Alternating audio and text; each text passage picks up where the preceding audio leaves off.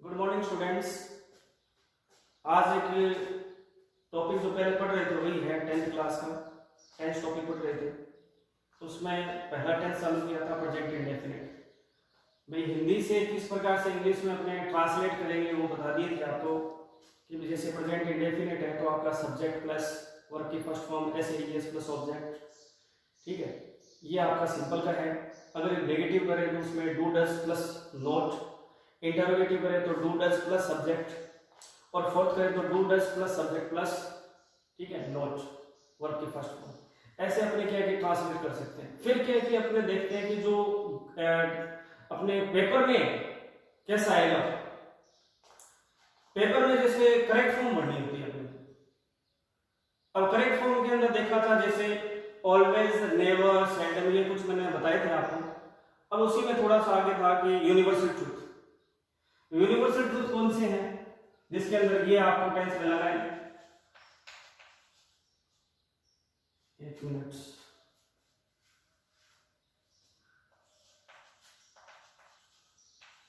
Universal truth जिसके अंदर यही टेंस आप अप्लाई करते हैं। जैसे एग्जांपल देखते हैं अपने, the sun rises in the east, ठीक है, और the sun sets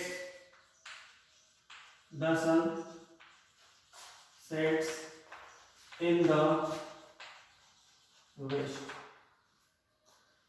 the star या the stars shine at night,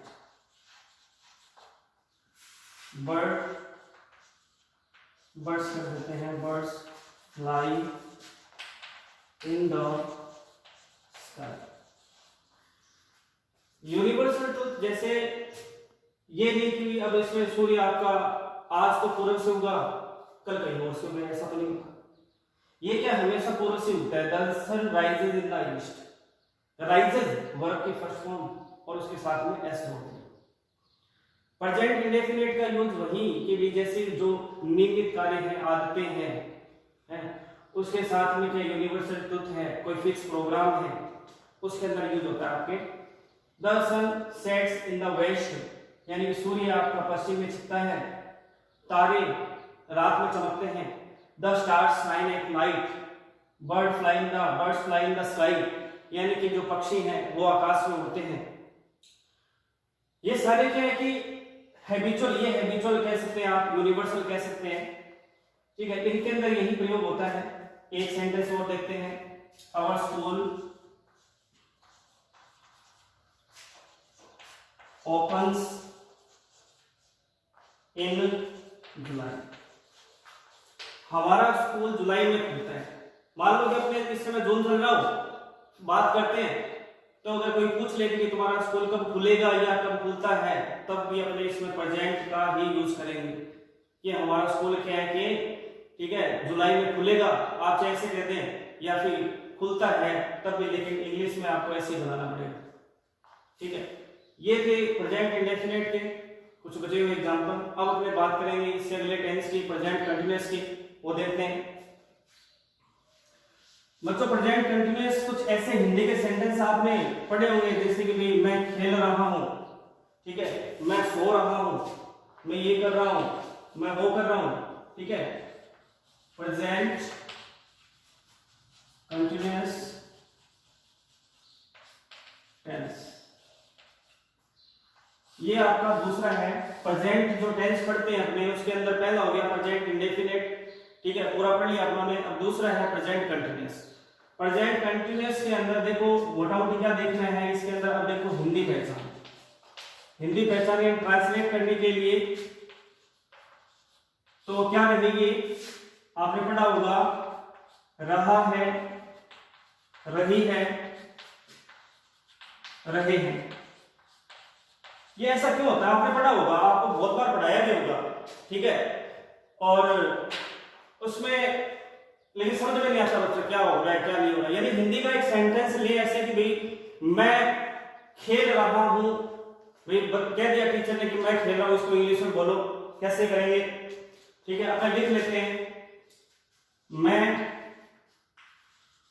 खेल रहा हूं।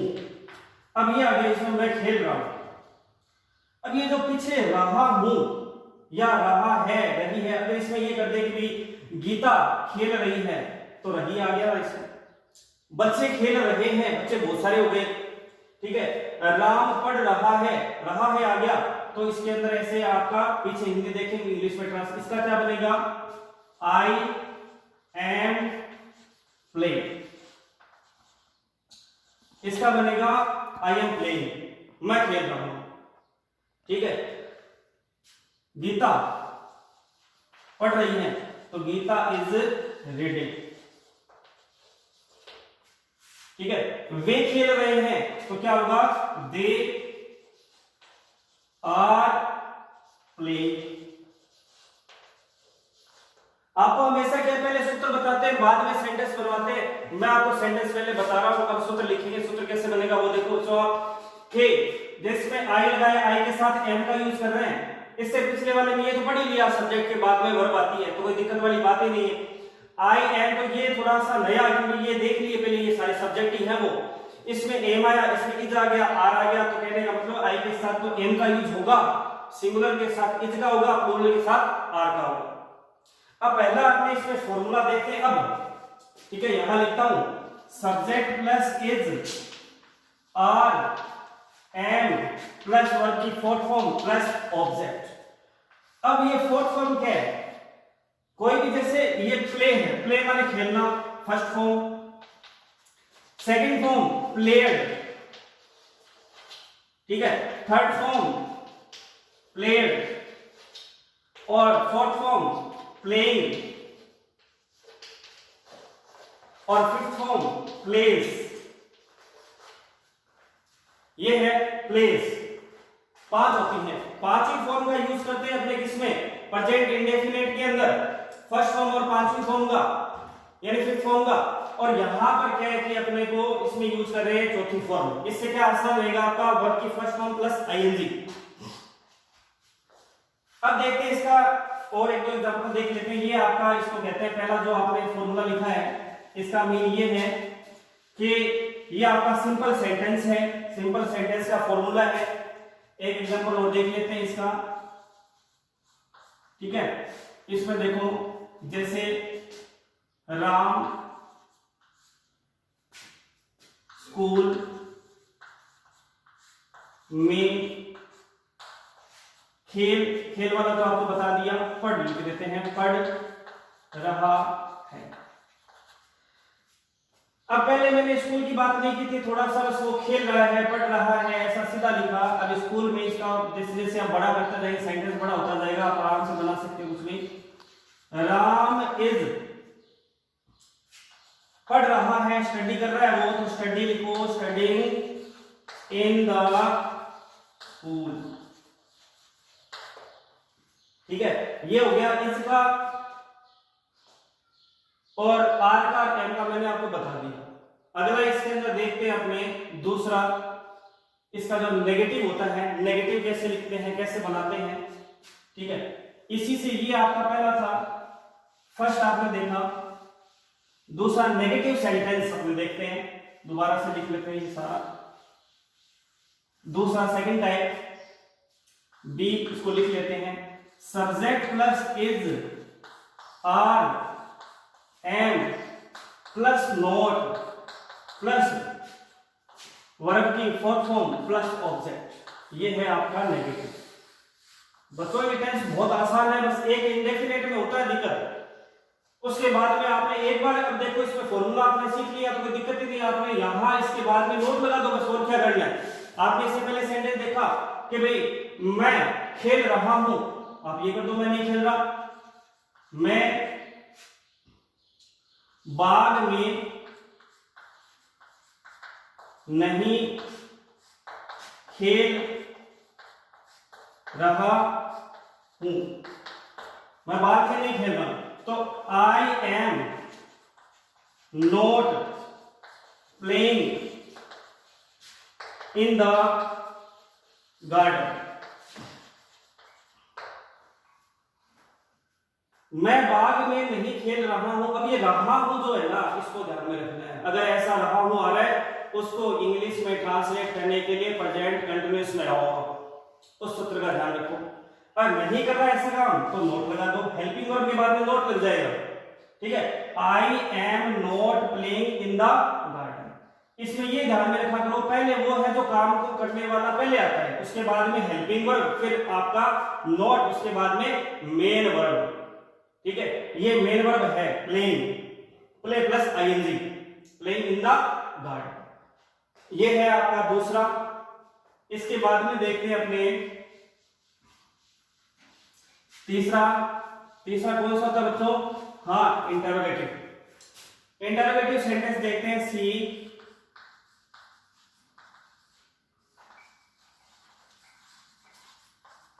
Interrogative sentence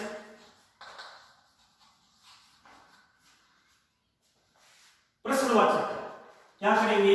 it's, are, am plus subject plus verb की फोर्थ फॉर्म प्लस ऑब्जेक्ट। इसमें कैसे बनेंगे? जैसे एक सेंटेंस बना लें अपने, क्या आप गाना सुन रहे हैं? ये क्वेश्चन मार्क होगा। क्या आप गाना सुन रहे हैं? ठीक है। इसमें अब क्या, आप माने यू, तो यू की हिसाब से क्या आएगा? Are you. अब देखो इसमें आर यू, अब है वर्ब की फोर्थ फॉर्म। अब वर्ब को कैसे खोजे? इसमें क्रिया क्या हो रही है? सुनना हो रही है। सुनने क्या बोलते हैं? लिसन। आर यू लिसनिंग, ठीक है। आप गाना सुन रहे हैं, आर यू लिसनिंग सॉन्ग? भाई किसी ने मान लो ऐसे कान में ईयरफोन लगा रखे, आप उससे पूछ रहे हो, इंग्लिश में पूछना चाहते हो कि आप सुन रहे हो नहीं सुन रहे, ठीक है। तो आर यू लिसनिंग सॉन्ग, क्या आप गाना सुन रहे हैं? तो ऐसे बनेगा। अब आपको अगर कई बार आप किताबों में पढ़ते हैं तो वहां इसके साथ में WH वर्ड और दिया होता है। अब टीचर आपको ये पढ़ा देता है, उसके बाद WH ये कहां से आ गया? जब आपको ऐसा प्रश्न पूछना हो कि भी आप क्या सुन रहे हो, ठीक है, व्हाट आर यू लिसनिंग, वहां सॉन्ग नहीं आएगा।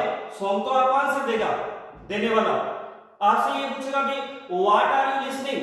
या आप मान लो कहीं गए, किसी कोई बच्चा कुछ कर रहा है या कोई कर रहा है, टीचर आ गया क्लास में, वो आती है आपसे पूछता है व्हाट आर यू डूइंग, क्या कर रहे हैं आप? तो वहां व्हाट का यूज होगा, तो आप हेल्पिंग वर्ब से पहले व्हाट लगा दो बस, और सीधा अगर हाँ या ना में हो कि क्या आप सुन रहे हो, तो इसका तो आंसर ये होगा ना कि हाँ मैं नहीं सुन रहा या मैं सुन रहा हूं, ठीक है। क्या तुम शोर कर रहे हो? No sir. कर रहे हो? तो मॉनिटरी बोलेगा यस सर, बाकी नहीं बोलेंगे, ठीक है। इसमें देखते हैं आगे इंटरोगेटिव नेगेटिव। आई प्लस एन, यानी कि नकारात्मक भी हो प्रश्नवाचक भी हो, ऐसा पहले पढ़ा था इंडेफिनेट में, वैसा ही है। पहले आर या इज, ठीक है, am plus subject plus not plus verb की फोर्थ फॉर्म प्लस ऑब्जेक्ट, ठीक है। क्या राम कर देते हैं, क्या राम विद्यालय नहीं जा रहा है? अब नहीं भी आ गया प्रश्नवाचक में, क्या राम विद्यालय नहीं जा रहा है? मान लो किसी ने किसी कह दिया कि राम तो वहां खड़ा है, राम निकला था स्कूल से, ठीक है। उसको इंग्लिश में कैसे करेंगे? राम के लिए इज, उसके बाद में Ram, is Ram not going, go की चौथी फॉर्म गोइंग, ठीक है। Is Ram not going to school. तो आप क्या है कि इस प्रकार से रहा है, रही है, ऐसे सेंटेंस बना सकते हो, बोल भी सकते हो, सुन भी सकते हो, समझ भी सकते हो, बहुत काम आते हैं ये। आप कोई भी कुछ भी काम कर रहे हैं, इंग्लिश में लिखना है तो आप इस प्रकार से लिखो। अब चलते हैं भाई, मेन मोटिव आपका है कि भाई ये तो काम आपके कोई पैराग्राफ वगैरह में आएंगे। अब आप भाई करेक्ट फॉर्म कैसे करेंगे? पेपर में आएगा करेक्ट फॉर्म कैसे करेंगे, कैसे भरेंगे वर्ब की सही फॉर्म। ठीक है, मैं एग्जांपल भी लिख देता हूं और वो वर्ड भी साथ में, दोनों काम एक साथ होंगे। पहला सेंटेंस देखिए आप, बस पेपर में गलत नहीं होगा आपका। राम, ठीक है, खाली जगह छोड़ी, यहां उन्होंने ब्लैंक छोड़ दिया। ठीक है, यहां रीड कर दिया, इन हिज रूम। ठीक है, यहां लिखते हैं एट दिस टाइम। दूसरा सेंटेंस देखो, ठीक है, दे, यहां कर दिया play, at in the ground,